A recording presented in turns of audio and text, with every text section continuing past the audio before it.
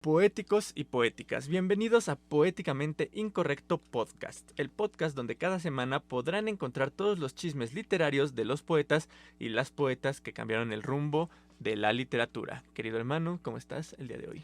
Hoy me encuentro muy agradable, gracias hermano por preguntar. Qué bueno. Antes de comenzar, les recuerdo que toda la bibliografía está en la descripción de este video en el canal de YouTube, por si quieren irnos a seguir a Poéticamente Incorrecto, y ahí pueden checar todo lo que usamos para nuestra investigación del poeta del día de hoy, también junto con recomendaciones literarias que bueno, el día de hoy no van a ser tantas porque en realidad no hay tantas publicaciones conocidas de este autor. Sí hizo publicaciones, pero no tantas ni tan conocidas.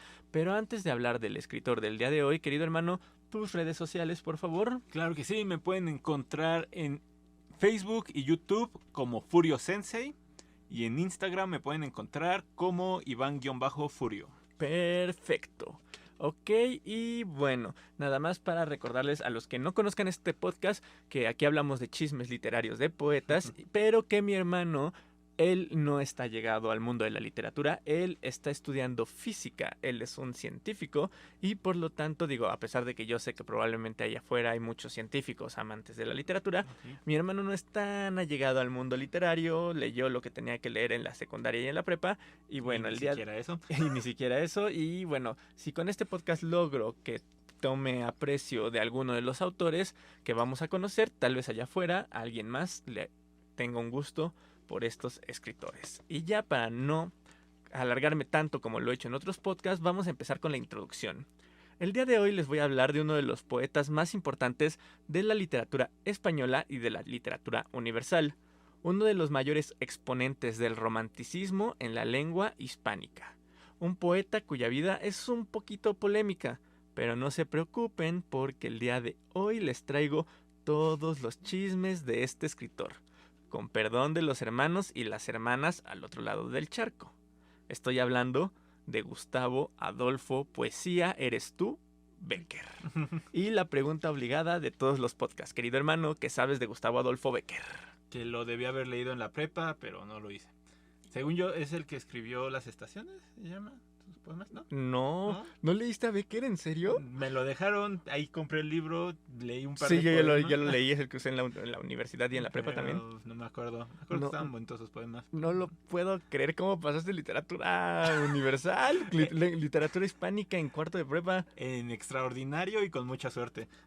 Guau, bueno, sí, a esa sí no me la esperaba porque Bécquer sí es como de los obligados desde la secundaria. Me acuerdo que en el extraordinario venían preguntas sobre Bécquer y sobre Unamuno. Y leía Unamuno. Ok, bueno, ya Unamuno es Unamuno. Es lo único que recuerdo. ¿No te lo hizo leer Barbosa? No, me hizo leer a Juan de Dios Pesa. Ah, bueno, ya se supone que la semana pasada hablamos de Juan de Dios Pesa, Ajá. aunque en realidad no hemos hablado del tuyo, pero Okay. en términos cronológicos de este podcast, la semana pasada hablamos de Juan de Dios Pesa. Ok, aunque todavía no lo... Ok, perfecto. Sí, bueno, pues entonces vamos a empezar con Gustavo Adolfo Bécquer. Su nombre real era Gustavo Adolfo Claudio Domínguez Bastida y nació en Sevilla el 17 de febrero de 1836 en la calle Conde de Barajas número 28. Su madre fue Joaquina Bastida Vargas y su padre fue el pintor José Domínguez Insausti. Ahora bien, entonces ustedes se preguntarán de dónde fregados salió el apellido Bécquer, ¿no? Yo sé que es una pregunta que no los va a dejar dormir si no se las relevo en este momento.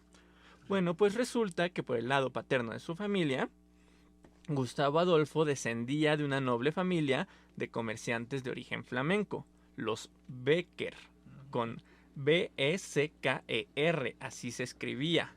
Okay. Bécquer, con C-K, que se adaptó después al castellano Bécquer, con acento en la primera E, porque si no sería Bécquer, por reglas de acentuación. Se acentúa la primera E, Bécquer, y con C-Q-U-R, ¿no? Por cuestiones de fonología, que creo que los españoles están más allegados, porque de tanta variante, por ejemplo, ya ves que ellos marcan más la Z que nosotros la Z y la S las decimos prácticamente igual, sí. y los españoles pues sí marcan muy bien esa distinción, y bueno, ellos como que sí buscan como la distinción de todos los sonidos de cuestiones fonológicas. Entonces Sí, sí marcan las consonantes como deben de ser y Ujú. no todas las dicen igual como nosotros. Se supone, se supone.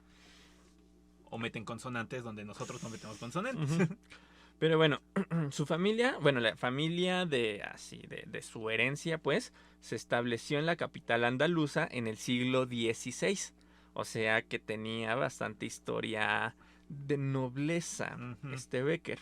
Contaban con un gran prestigio, del cual era testimonio el hecho de que poseían su propia capilla y su sepultura en la catedral de la misma Andalucía desde 1622. O sea, imagínate que tenías tu Propia propio huequito, eh, ¿no? Ahí. ya cuando tienes tu propia capilla es porque tu familia es de varo, ¿no? Exacto, y más allá en España, que en estos tiempos, que pues sí, eso era como mucho de prestigio y de varo, ¿no?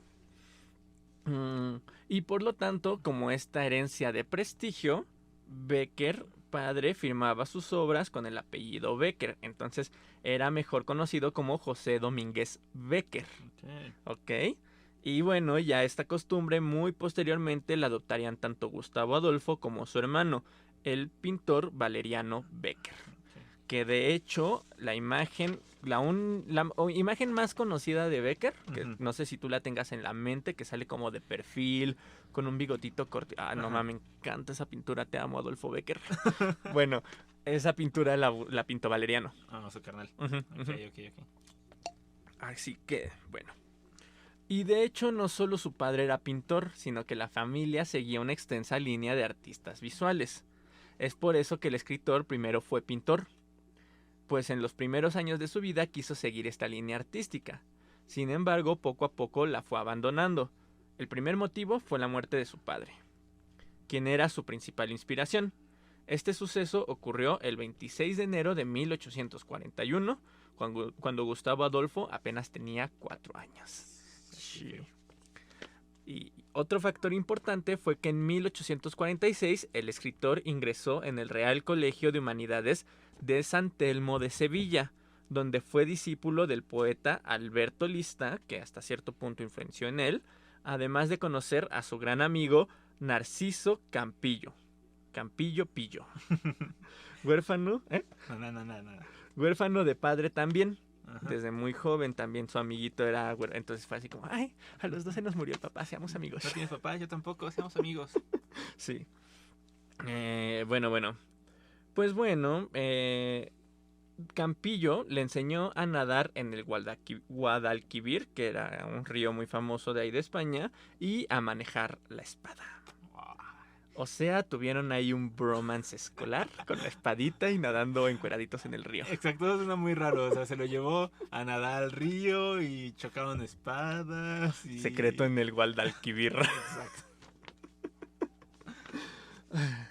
Bueno, también compartieron afinidades literarias e incluso a edad tan temprana, pues los dos tenían tan solo 10 años, comenzaron a escribir sus primeros textos. Lo escribían y se los compartían, eran como su pequeño tallercito de los Sí. dos, ¿no?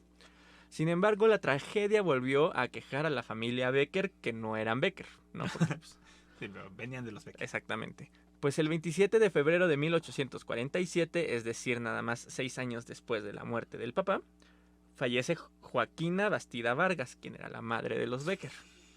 Gustavo Adolfo, junto con sus 7 hermanos, Madre de Dios. es adoptado por la tía materna María Bastida.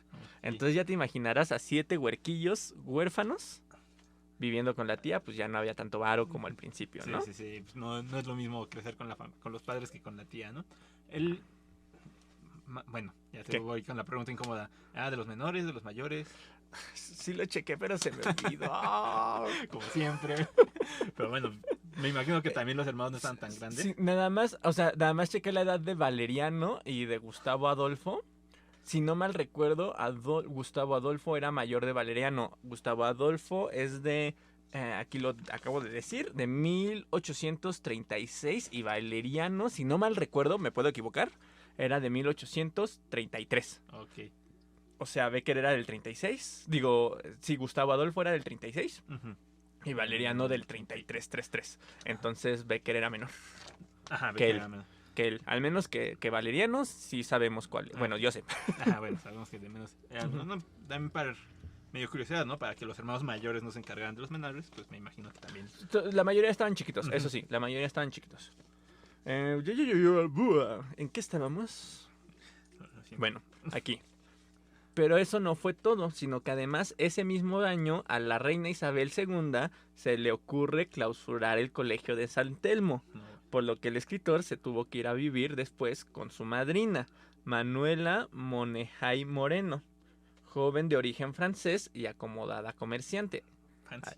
Ahí le combinó un poquito más Ajá. porque pues, ya tenía varo la madrina, aunque bueno, se tuvo que alejar de toda su familia, Ujú. ¿no? Cuyos medios y sensibilidad literaria le permitían disponer de una mediana pero selecta biblioteca poética. Ah, qué cool. Que aparte de todo ya estamos viendo como una, ¿cómo se dice? Algo como constante en los poetas que hemos visto. Por ejemplo, ¿te acuerdas que también Efraín Huerta primero se quería dedicar a la pintura y luego terminó en la literatura? Ujú. Me pareció muy curioso, ese es uno de los aspectos, ¿no? Que primero como que se querían dedicar varios poetas a las artes, a las artes visuales y Ujú. luego terminaron en la poesía. Me llamó la curiosidad y algo que también es muy constante y por eso si hay poéticos o poéticas madres o padres que nos estén escuchando, yo creo que algo importante es que tu hijo tenga acceso a una biblioteca privada. Digo, ya sé Ujú. que me estoy escuchando muy whitezican, muy Muy fifí. acomodado económicamente, pero bueno, en todos estos artistas, Becker, Sor Juana, Octavio Paz, ya vimos que algo que les ayudó bastante a desarrollar su talento literario desde muy jóvenes era Que que le. tenían un acceso, deja tú que leyeran, tenían acceso a la biblioteca Ujú. privada, ¿no? Entonces no tenían la necesidad de trasladarse, como por ejemplo le pasó a Huerta, de que Ujú. se tenía que trasladar y tenía que copiar a mano los textos que Sí. tenía que leer. Estos tuvieron esa ventaja, ¿no? Que tienen acceso a esta biblioteca, entonces, bueno, a lo mejor sería bueno de que se empezara toda la banda, nada más como para difundir un poquito, ¿no? El hábito de leer, El ¿no? hábito de leer y pues que los jóvenes lo hagan por gusto propio, porque ve que Ujú. lo hacía por Sí. gusto, Paz lo hacía por gusto, Sor Juana lo hizo por gusto. O sea, el hecho de saber que tienes eso en tu casa y ver a los mayores con eso en tu casa, ya es algo que te impulsa desde chiquito a hacerlo también. Sí, porque pues, también, o sea, cuando llegas con la mamá y le dices, oye, jefa, estoy aburrido, y la mamá normalmente te manda a barrer o algo así, pues lo puedes mandar a leer un libro, ¿no? Si Ujú. tienes una biblioteca personal, pues ahí tienes todos esos tristes libros, ahí ponte a leer alguno. Échate uno, Ajá, échate uno, o ¿no? le puedes decir, leía de chiquito, pues síguelo leyendo, ¿no? Ajá, sí. Pues, igual ahí ganas el amo a la lectura. Y igual también es más fácil dedicarse a la pintura, digo, a la poesía que a la pintura, porque es más fácil practicarlo, ¿no? Y más económico también. Es más económico. Pues, no sé si es más fácil practicarlo porque así como cargas una libreta para escribir, puedes cargar una libreta para dibujar. Sí, pero no es lo mismo dibujar a lápiz que, no sé, pintar a óleo, ¿no? Eso Entonces, sí, eso sí. sí puedes practicar poesía en el camión, en el taxi, caminando, bañándote, pero no puedes practicar la técnica de pintura en el camión, mientras te bañas, mientras. Eso sí, sí, sí, tiene sus ventajas y sus desventajas. Pues sí. Y bueno, ya nada más para cerrar este comentario, por ahí un maestro de literatura nos hizo el comentario de que al parecer en el mundo artístico está bien visto ser precoz. Entonces tener acceso desde pequeños a una biblioteca está chido. Pues sí, porque esa es una ventaja también, ¿no? Que no necesitas como mucho prerequisito para empezar a leer. O sea, con que Ujú. sepas leer, ya tienes todo hecho, puedes leer lo que quieras, ¿no? Ujú. Poesía, lo que sea. Sí, A diferencia de que, por ejemplo, si te quieres dedicar a la física, pues necesitas como llevar todo el plan de las matemáticas para poder entender, no sé, mecánica cuántica, ¿no? exacto, exacto, sí. Pero bueno, esto, en lugar de perjudicar a Becker el hecho de irse con la madrina, pues lo ayudó bastante, pues el hecho, ya dije, de tener a su disposición una amplia cantidad de libros, lo ayudó a desarrollarse como el escritor que conocemos hoy, porque para ese entonces Becker, por algunos investigadores que revisé, es considerado post-romántico Ok. o en el tránsito entre el romanticismo y las siguientes generaciones. Cuando Becker era joven ya había románticos consolidados como Lord Byron, que Becker llegó a leer desde muy joven. Ok. Probablemente la tía, al ser francesa, al tener raíces francesas, a lo mejor tenía por ahí algún romántico, porque el romanticismo tiene su, si no mal recuerdo, tiene su origen, si no es bien su origen, sí su mayor núcleo en Francia. Sí. Muchos del romanticismo nace ahí, entonces obviamente ahí se nota la influencia hacia Becker, ¿no? Ok. Según mis fuentes, no se sabe si Becker regresó a la escuela, pero sí sabemos que continuó nutriendo sus conocimientos gracias a Narciso Campillo el Pillo, el amigo que le enseñó a usar la espada y con quien continúa compartiendo conocimientos. Ok. Y esperemos que, bueno, no, o sea, si compartieron otra cosa era su bronca, ¿no? Más bien. No sabemos si compartieron algo más, pero pues A compartieron lo conocimiento. mejor le enseñó a usar de otras formas la espada. Eh, Durante esta temporada, Gustavo Adolfo también tenía interés por la pintura, pues inició sus estudios en los talleres de Antonio Carvajal Bejarano y más tarde en el de su muy perfeccionista tío paterno, Joaquín Domínguez Becker, quien le dijo sin pelos en la lengua: tú no serás nunca un buen pintor, sino un mal literato. No, bueno. Y pues hasta cierto punto tuvo razón, ¿no? Ajá. No fue un mal literato Becker, pero en su vida, y ya lo vamos a ver, sí fue un mal literato porque no fue reconocido en vida. Ok. En 1854, ya con 18 años, nuestro escritor viaja a Madrid para probar suerte en el mundo de las letras. Obviamente, y como era de esperarse, no le fue muy bien que digamos. Durante esa época, y bajo el seudónimo de Gustavo García, escribió comedias y libretos de zarzuela como La novia y el pantalón, escrita en 1856, en la que hacía sátira del ambiente burgués y antiartístico que lo rodeaba. Y es que, aparte de todo, bueno, si de por sí ya dijimos que el siglo XIX en México era complicado, el siglo XIX en España también era bastante complicado. Tuve que ver de estos videos de historia de España en 5 minutos para saber más o menos qué sucedía. Y sí fue así como... ¿qué pedo? Bueno, sí, ahora que lo mencionas, no estoy muy seguro qué pasó después de que México se separa de España. Porque sé que es la invasión francesa. Ajá, ¿no? y se supone que ya para este punto ya se habían liberado de eso. Ajá. Pero pasa lo mismo que aquí en México. Había una guerra entre liberales y conservadores. Y resulta que Becker, al parecer, y esto es parte del chismecito que quieren ocultarnos por ahí, era apegado al pensamiento conservador. Ok. Porque aparte pensemos que pues, era heredero de dinero. Y todo este cambio, pues sí lo hacía ver el mundo como con ojos. Incluso cuando llega a Madrid, se encuentra con una Madrid en guerra. Había una guerra en ese entonces. No, bueno. Entonces, pues sí, como que esto lo deprime, lo saca de onda. Él esperaba encontrar como grandes artistas y obviamente pues en ese momento no había como tantos grandes artistas porque estaban más ocupados pues haciéndose una alacena abundante para poder sobrevivir y peleando, ¿no? Ajá, evitando que les caiga una bala perdida o algo así, ¿no? Bueno.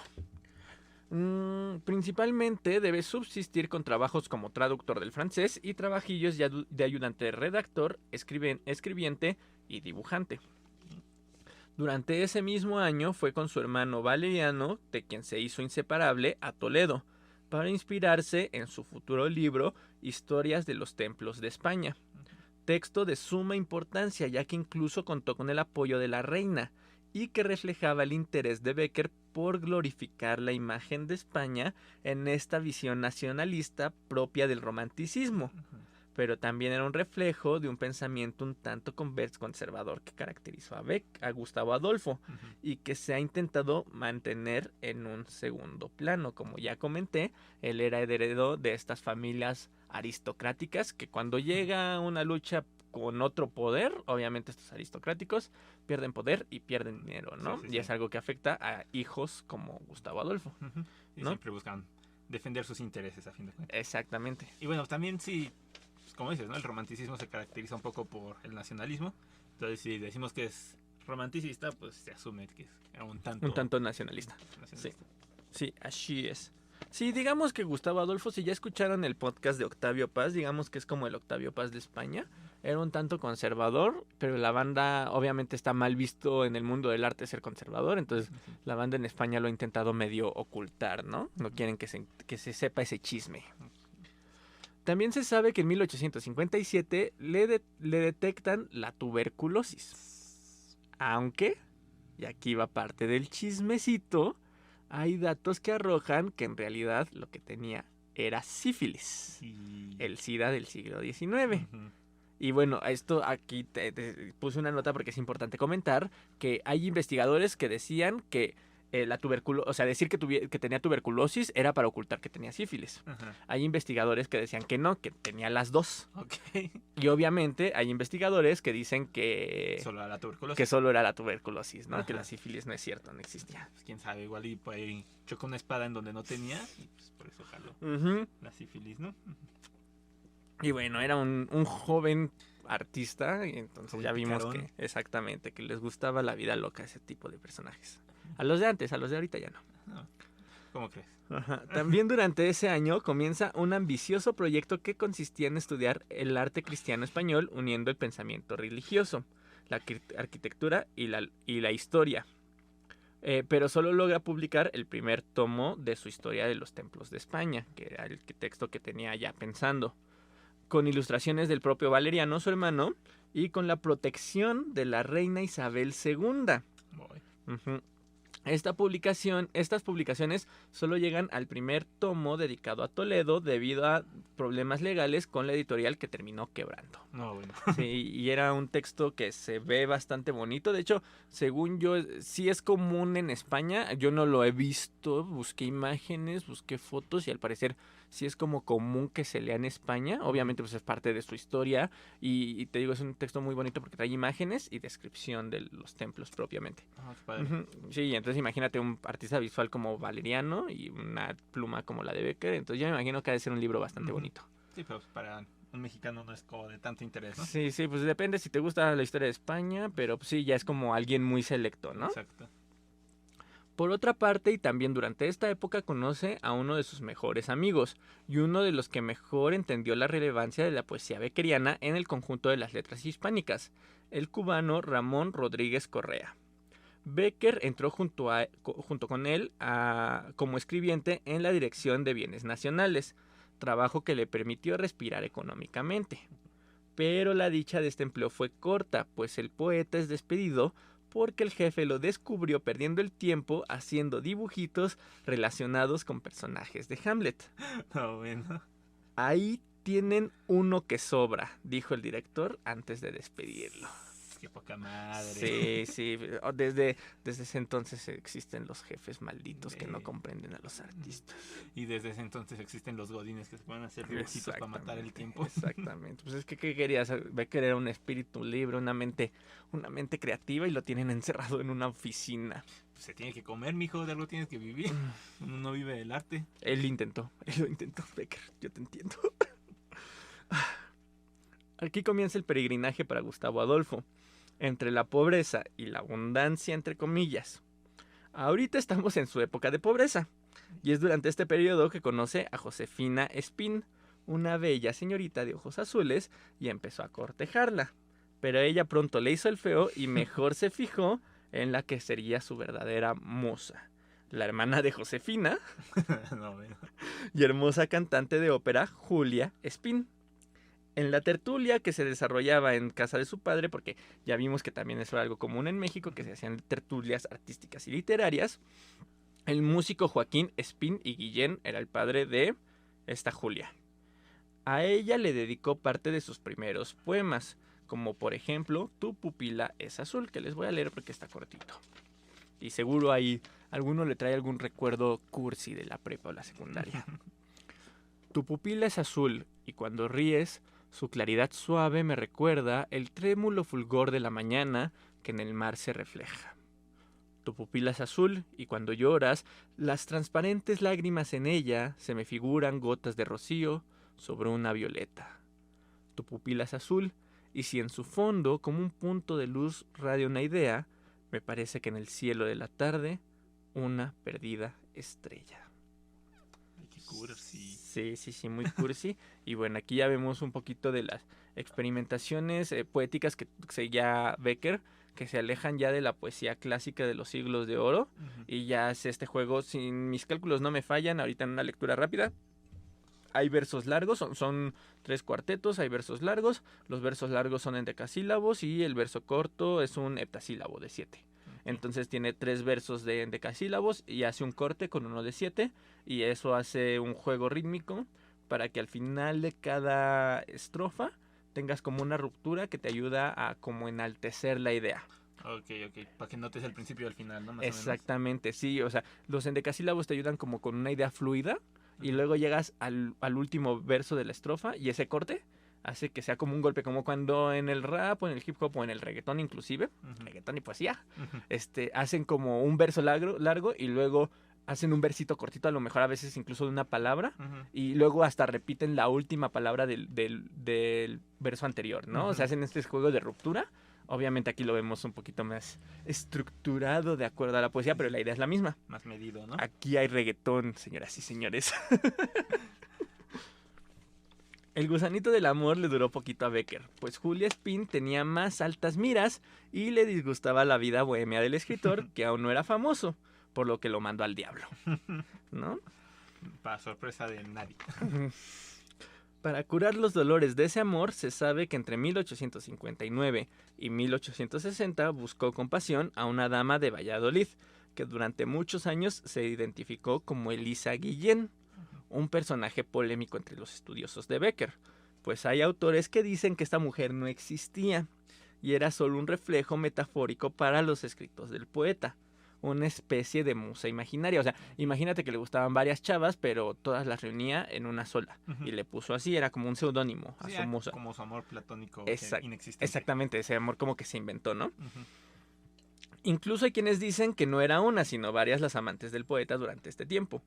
Por otra parte, hay quienes sostienen que la famosa Elisa es mencionada incluso en las cartas de Becker, que mandaba a sus amigos, sea como sea. Incluso yo estoy pensando ahorita que estoy releyendo esto, que a lo mejor era una mujer de la vida galante, si es que me entiendes, Sí, sí, y sí. a lo mejor ocultaba por eso el nombre. Sí, sí, sí. Cuando lo mencionaste yo pensé en eso. O sea que seguramente era una mujer de las vidas de la noche Ajá. y que por eso le cambiaba el nombre. O tal vez eran varias mujeres de la vida de la Ujú. noche. Sí, y a lo mejor sí le dio tuberculosis y hasta este momento fue cuando se contagia de la sífilis, Me parece. porque sí se sabe que durante este tiempo se anda como perdido ahí por el espacio del amor, ¿no? Ok, ok. Pero, en fin, sea como sea, el amante lo abandona y esto lo sumió en la desesperación, lo que lo llevó a su último puerto amoroso, por así decirlo, la mujer que se convertiría en su esposa, Casta Esteban y Navarro, quien, según los chismes de la época, no tenía nada de casta. Y de Esteban. De Esteban un poquito, porque así era su papá, entonces Ah, creo que el apellido del papá, entonces lo hereda. ok, ok. Además, era hija, sí, aquí está, de Francisco Esteban, médico. Adivina qué enfermedades trataba este médico. Sífilis y tuberculosis. Enfermedades venéreas. Ok, ok. Y era el médico de cabecera de Gustavo Adolfo, precisamente en las enfermedades venéreas. Entonces, aquellos que dicen que no tenía la sífilis, entonces la pregunta sería, ¿por qué frecuentaba a este médico? Entonces, ¿no? Pues sí. Sí, suena bastante lógico. Ujú. Y bueno, y a pesar de esto, porque imagínate, eres doctor de un güey que sabes que tiene sífilis y lo casas con tu hija. Ah, sí, mira, aquí está mi hija. pedo? Todavía no tiene sífilis, creo. Sí, sí, sí, está rarísimo eso porque él lo tomó así, pero bueno, la pareja contrajo matrimonio en la iglesia de San Sebastián de Madrid el 19 de mayo de 1861. Aunque bueno, ¿ya sabían cómo se contagiaba la sífilis en ese entonces? Pues si trataba enfermedades venéreas, yo creo que sí. Pues digo, tratarlas no es lo mismo saber de dónde vienen. La neta no sé, carnal, La no soy... depresión la trataban con electrochoques hace 50 años, Bueno, entonces. sí. No soy doctor, pero según yo sí porque era mal visto desde ese entonces tener sífilis. Entonces creo que sí se asociaba un poquito a la vida nocturna. Puede ser. Y a lo mejor también releyendo un poquito esto sospecho que también el hecho de que, digo, estoy tomándolo como un pensamiento del siglo XIX, gente, se me vengan encima, pero sospecho que el papá al saber que la hija también le gustaba la vida locochona, dijo luego, ¿te gusta mi hija, güey? Cásate, no me importa lo que tengas, a lo mejor mi hija también lo tiene, ¿no? Entonces a lo mejor también por eso aceptó el papá. Pues sí, puede ser. Sí, para cuidar como un poco la integridad, entre comillas, gente, pensando como gente del siglo XIX, para cuidar la integridad de su hija, ¿no? Sí, de la familia. Y de la familia. En cuanto a lo laboral, el poeta ejerció como crítico en el diario conservador La Época. Esto fue a finales de 1959, un poquito antes de casarse con Casta. Aunque este periodo duró poco, pues a principios de la década de los 60 consigue empleo en el recién fundado diario El Contemporáneo, gracias a su amigo Rodríguez Correa, quien ya tenía un puesto de redactor en aquel diario y que, bueno, le consigue a Becker el mismo puesto, el de redactor. En este periódico, y hasta que desaparecía en 1865, haría crónica de salones, política y literatura, y gracias a la remuneración que recibía, que era bastante amable, pudo subsistir con su esposa. Para 1862 nació su primer hijo, Gregorio Gustavo Adolfo, en Noviercas, Soria, donde poseía bienes la familia de Casta y donde Becker tuvo una casita para su descanso y recreo. Además de la remuneración económica que recibía en el diario, Becker empezó a escribir más para alimentar a su pequeña familia, y fruto de este intenso trabajo nacieron varias de sus obras, como fueron El Nuevo Fígaro y la pieza Clara de Rosenberg, que se presentó en el Teatro de la Zarzuela. Ok, aquí en México, y no sé si en otros países de Latinoamérica, lo que leemos de Becker es sus rimas y sus leyendas. Rimas y leyendas, es lo clásico. Hasta ahorita, o sea, sí sabía que había escrito un poquito más teatro, sí sabía que había sido periodista, pero hasta el momento me vengo enterando propiamente de los títulos tal cual de las obras que escribió, porque no es tan común leer, no sé si allá en España, si hay alguien por ahí en España escuchándonos, pues nos pueden nutrir a ver si es más leído en todo este espectro, ¿no? Porque te digo, aquí en México lo más conocido son sus rimas y leyendas, pero hay un mundo más de Becker. Sí, sí, sí.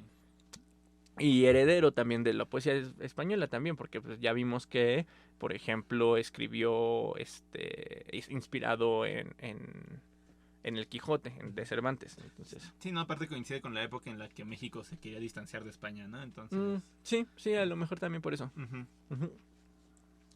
En 1863 se da una época de abundancia literaria para Becker, pues durante esta época escribe un sinfín de textos, tanto artísticos como periodísticos, pero también padeció una grave recaída de su enfermedad, por lo que vivió por un tiempo junto con su hermano en el monasterio de Veruela en Zaragoza, cuyo aire puro era conocido como tratamiento para la tuberculosis. Gustavo Adolfo escribió ahí las cartas agrupadas después en el texto conocido como Desde mi celda.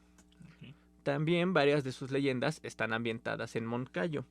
La estancia, o sea, esto es importante porque pues ya dije que sus leyendas son como de lo más importante que leemos, ¿no? La estancia no llegó ni al año y una vez de regreso, González Bravo, amigo y mecenas de Gustavo, le nombra censor de novelas en 1864. El escritor desempeña este trabajo con 24,000 reales de sueldo, el cual era un sueldo bastante benéfico.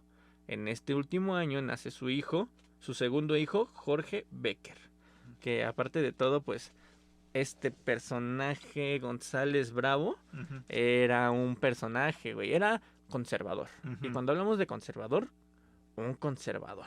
De los conservadores. De los conservadores. No voy a indagar mucho en su vida, pero uno de los datos que podemos decir de él es que es el que instaura la Guardia Civil Española.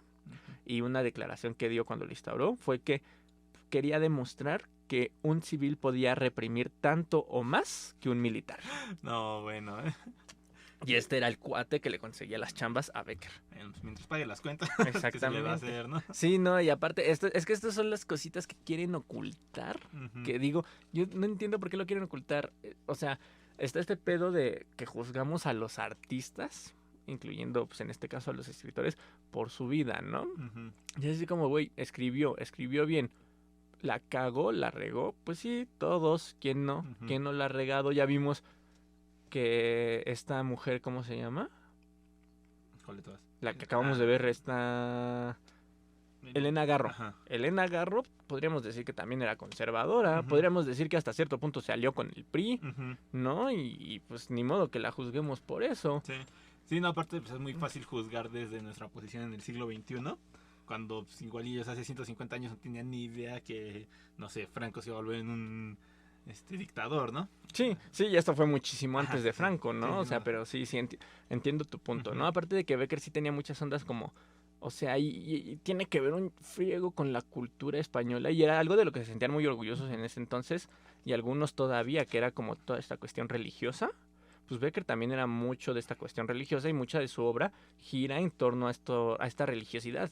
Entonces, incluso yo creo que si no hubiera tenido este pensamiento conservador, incluso no tendríamos las piezas que tendríamos de Becker hoy día, porque tienen mucha herencia de eso. Ujú. Sí, aparte pues también, digo, mucho de su persona se refleja en su arte, ¿no? Entonces, si su arte tú ves que es un arte conservador, diciendo que, no sé, España es la nación más poderosa de Europa y que todos los demás pues, valen pa' pura verga, pues ahí sí dices, bueno, entonces tal vez sí era un poco más extremista y conservador de lo que nos quieren hacer pensar, ¿no? Pero si no lo refleja en sus obras, pues seguramente también solo era más como una forma de sobrevivir en la época y no era Ujú. tanto que su postura era tan extremista como Sí. unos... Sí, yo tampoco creo que hubiera sido extremista como por ejemplo lo era González Bravo. Ajá. O sea, González Bravo sí se ve que era un cabezón. Y de hecho también eso es algo que se conserva en su arte. Por ahí entre los investigadores que chequé dijo, y yo creo que es muy cierto, Becker pudo haber sido un conservador, pero era muy liberal en su arte. Ujú. Y sí, o sea, sí renovó y el hecho de tener este pensamiento como liberador artístico refleja que no era tan conservador. Ujú. Lo que sí también se me hizo un dato curioso es que cuando de su tiempo como censor de novelas, los registros están desaparecidos de las novelas que censuró. O bueno, no Ok, censuró tal cual. Su trabajo era checar que no dijeran nada contraproducente. Ujú. Eso hacía un censor, como que revisar los textos para ver que no se salieran de tanto del guacal, Ajá. pero no hay registros Ok. de lo que revisaba Becker, Ok, ¿no? ok. Entonces a lo mejor ahí sí tenía como una vena un poquito más estricta, pero si tienes un jefe como este güey, pues seguramente tenías que adaptarte a ese tipo de normas, ¿no? Sí, de hecho. Pero bueno, debido a la convulsa situación política en España, Becker había entrado y salido con su papel de censor hasta que en 1868, gracias a la llamada Revolución de Septiembre, o también conocida como la Gloriosa, retiran a los conservadores del poder y junto a ellos a Becker. Ok.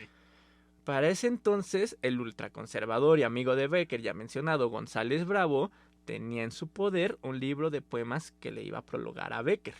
¿No? Un poquito de las ventajas de ser amigo del poder, pues que Ujú. le iban a publicar un libro. Era un manuscrito. ¿Y qué pasó? Bueno, pues que en esta revolución dicho personaje fue expulsado de España y su biblioteca fue asaltada, lo que hizo que se perdiera el único libro literario que Becker iba a publicar en su vida. No, bueno. Así es. Mala suerte. Mala suerte. También son las desventajas de no elegir bien a tus amigos, ¿no? Porque pues, si estás viendo que hay problemas, pues espérate lo peor, ¿no? Pues sí. A partir de esta expulsión surgen publicaciones. Y aparte aquí vemos que Becker a lo mejor no está tan pegado a los conservadores porque a Becker no lo expulsan. Ujú. Y a este güey sí. A partir de esa expulsión surgen publicaciones que critican a Isabel II, la reina en turno, que ya también había sido quitada de poder, y su gobierno. Uno de estos principales textos, o de estas principales publicaciones, eran Los Borbones en pelotas, Ok. donde aparecían acuarelas y textos críticos del antiguo régimen. Ujú. No voy a decir qué tipo de material había, porque hay niños escuchando, pero imagínense que había muchos encuerados. Creo que el título lo dice todo, mi Ujú. hermano, entonces no necesitamos más. Estas publicaciones se le atribuían, y se les atribuyen todavía algunos, a los hermanos Becker. Ok. Hay quienes dicen que los dos hacían las acuarelas o que Valeriano las hacía y Becker como que le ayudaba lo mismo con los textos y demás, pero no hay nada comprobado. Y otra vez está esta discusión entre que, sí, porque aparte hacían mofa incluso de González Bravo. Ujú. Entonces pues mucha gente es así de, o sea, queñero el Becker que acaban de correr a su cuate de España y ya te estás mofando de tu amigo, qué mal plan, ¿no? Pero bueno, también ahí entra lo que te digo, o sea, igual y decía lo que decía para sobrevivir. Pero es que en este caso en particular la publicación era más, o sea, era de esas publicaciones más de crítica Ajá. que de en cuestiones Sí, sí, económicas, porque incluso, o sea, no sabemos a ciencia cierta si sí son de ellos, porque las firmaban con seudónimo. Ujú. Sí, pero pues igual hiciera un liberal, pero se hacía el conservador Ah, para bueno, conseguir sí, trabajo, a ¿no? lo mejor, esa podría ser una cuestión. Mira, no lo había pensado así. Ujú. También en diciembre de este año nace el tercer hijo de Casta, pero no de Becker, Ok. ya que se rumorea que su esposa le había sido infiel. Y a pesar de esto, Gustavo Adolfo se hizo cargo del pequeño Emilio Eusebio. Y no hay datos de que lo tratara diferente a sus demás hijos. Incluso pues, le puso el apellido y toda la cosa. Y de hecho encontré por ahí datos que al parecer tanto Adolfo como Valeriano Eran padres muy amorosos, cuidaban a los hijos. De hecho, pues, obviamente esta infidelidad hizo que que Becker se separara de Casta por un tiempo, se fueron a vivir a lugares separados. Ok. Y Becker era muy atento a sus hijos. Qué agradable sujeto. Sin embargo, Valeriano no estaba muy contento con lo sucedido. Y bueno, de hecho nunca se había llevado bien con Casta. E incluso discutían continuamente y ahora con esto de la infidelidad con más ganas, ¿no? Ok. A pesar de que Gustavo Adolfo y ellas se habían separado, él seguía como muy enojado o sea, así de no me importa que no esté igual a odio, ¿no? Ajá. Becker, poeta, viaja a Toledo, pero regresa a Madrid en 1870 para dirigir la Ilustración de Madrid. O sea, cuando se separan se va a Toledo y luego regresa. Cuando se separa de Casta, pues. Ok. Trabaja en la Ilustración de Madrid, que acaba de fundar Eduardo Gasset, con la intención de que la dirigiera el mismo Gustavo Adolfo. Y bueno, él hizo que Valeriano trabajara ahí como dibujante. Pero en septiembre de este año comienza la tragedia. La muerte de su inseparable hermano y colaborador, que lo sume en una honda tristeza. Así es, en 1877, en septiembre, no apunté el día, pero fallece Valeriano. Queridísimo hermano. Así es, así es. Llegó diciembre y con él el insoportable tiempo invernal que atacó la salud de Gustavo Adolfo. El 22 de diciembre de 1870, que en teoría es un día como hoy que está saliendo el podcast, Ok. el 22 de diciembre de 1870, los españoles pudieron admirar un eclipse total de sol. Y mientras el astro rey se ocultaba por algunos minutos, la vida del rey del romanticismo español se desvanecía. Gustavo Adolfo Becker había fallecido a los 34 años. Quizás. Se sabe que durante su lecho de muerte pidió a su amigo Gustavo Ferrán que quemase sus cartas, probablemente porque tenían opiniones políticas o un poquito más de chisme personal que Becker quería ocultar a personas como yo, que le encanta el chismecito, y a ustedes que están escuchando esto. Obviamente. Por otra parte, pidió que publicasen su obra. Si es posible, y lo estoy citando a él, si es posible, publicad mis versos. Tengo el presentimiento de que muerto seré más y mejor conocido que vivo. Y tenía toda la razón. Y tenía toda la razón, porque si no, no estaríamos hablando de él en estos momentos. Y disculpen el horrible acento español, pero se hace lo que se puede. Lo bueno es que eres actor, ¿verdad? Exacto. Y bueno, y fue cierto, como dije al principio del podcast, sabemos que las rimas y leyendas de Becker son fundamentales para la literatura hispánica. En estos textos podemos ver la influencia de maestros románticos europeos consolidados como el ya mencionado Lord Byron. Pero también vemos una clara búsqueda de la identidad nacional a través de su realidad.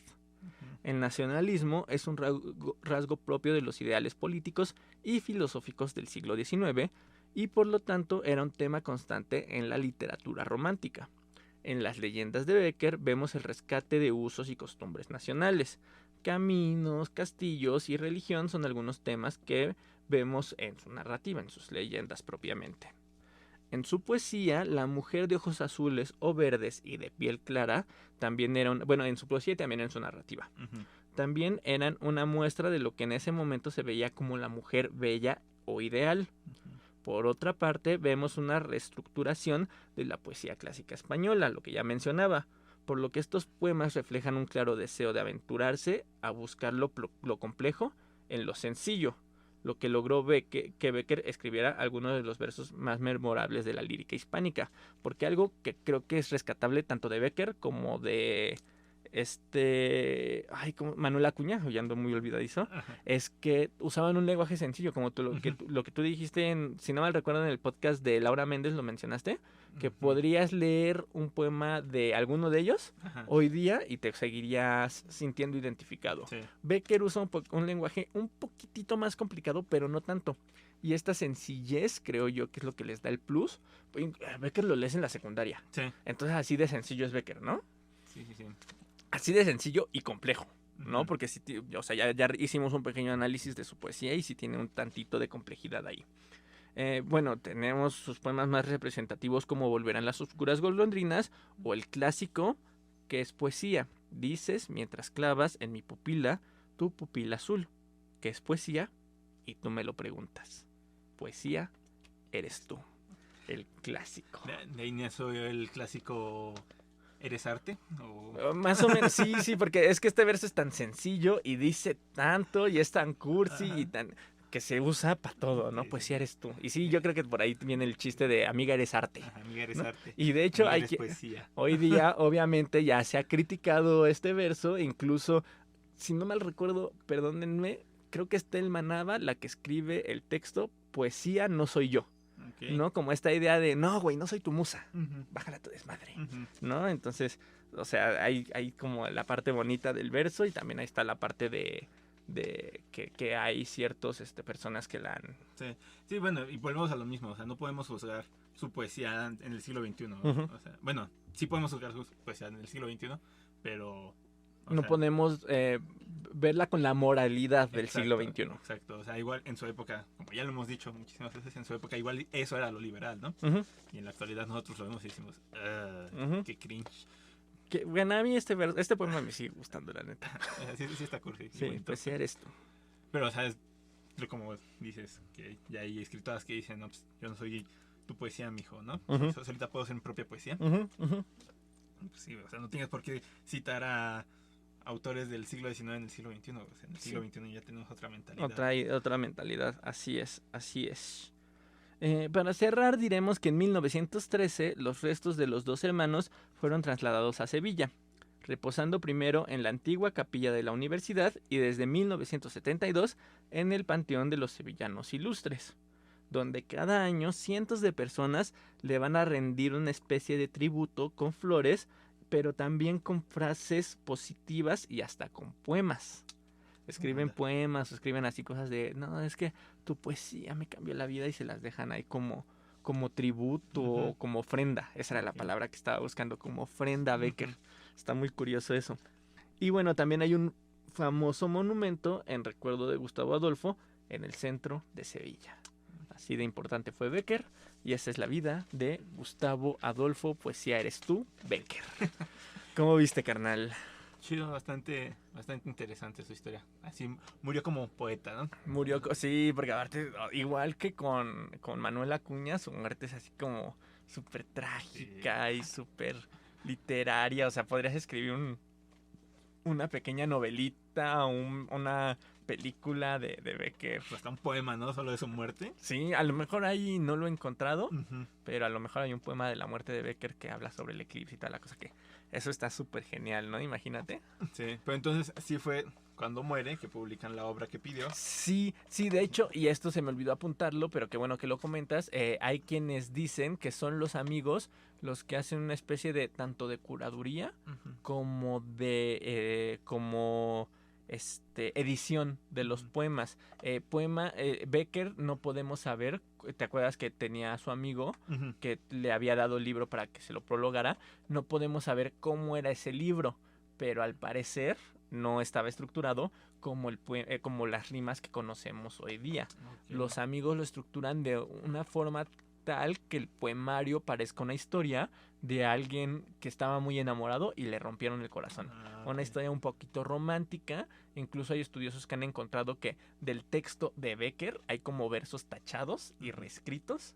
O sea que le hicieron ahí algo como de costura a los amigos y al parecer incluso hasta se intentó como borrar mucho del tinte conservador de Becker. Ok, Lo ok. adaptaron para convertirlo en un poeta romántico y amoroso. Ujú. Hasta más no poder, en un poeta cursi.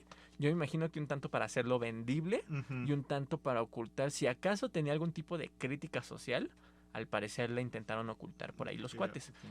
Fue positivo porque pues se hizo bastante famosa la poesía de Becker, supieron venderla, pero al mismo tiempo pues no es la idea que tenía originalmente Becker. Ujú. No, pero pues, incluso hasta le salió mejor, ¿no? Porque y de ahí viene la idea de por qué como que ocultan un poquito eso de su lado conservador, porque pues, quieren mantener la idea de que son romántico, ¿no? Y nada más, solo un Ujú. romántico. Sí, sí, aparte de todo, pues al final de cuentas, pues es lo que se hace incluso hoy día, ¿no? Llega el editor y te cambia todo y tú dices, ah, está bien. Sí, sí, tristemente a veces hasta les conviene morir jóvenes, porque así sus decisiones más grandes pues, no manchan Sí, su sí, obra, porque ¿no? incluso hasta ahorita podrías decir, bueno, era joven y no sabía lo que estaba haciendo, ¿no? Ujú. Con respecto a lo conservador. Sí, pues igual y más viejo se volvía un súper liberal o un súper conservador. O sea, su poesía está muy bonita, pero era un conservador de lo peor y no lo quiero leer, ¿no? Un poquito como lo que pasó con Juan de Dios Pesa, que el Iván del futuro ya lo sabe, pero el Ok. Iván actual no lo sabe, pero ustedes poéticos y poéticas ya saben cuál Ujú. era el pensamiento político de Juan de Dios Pesa. Ok, ok. ¿Vale?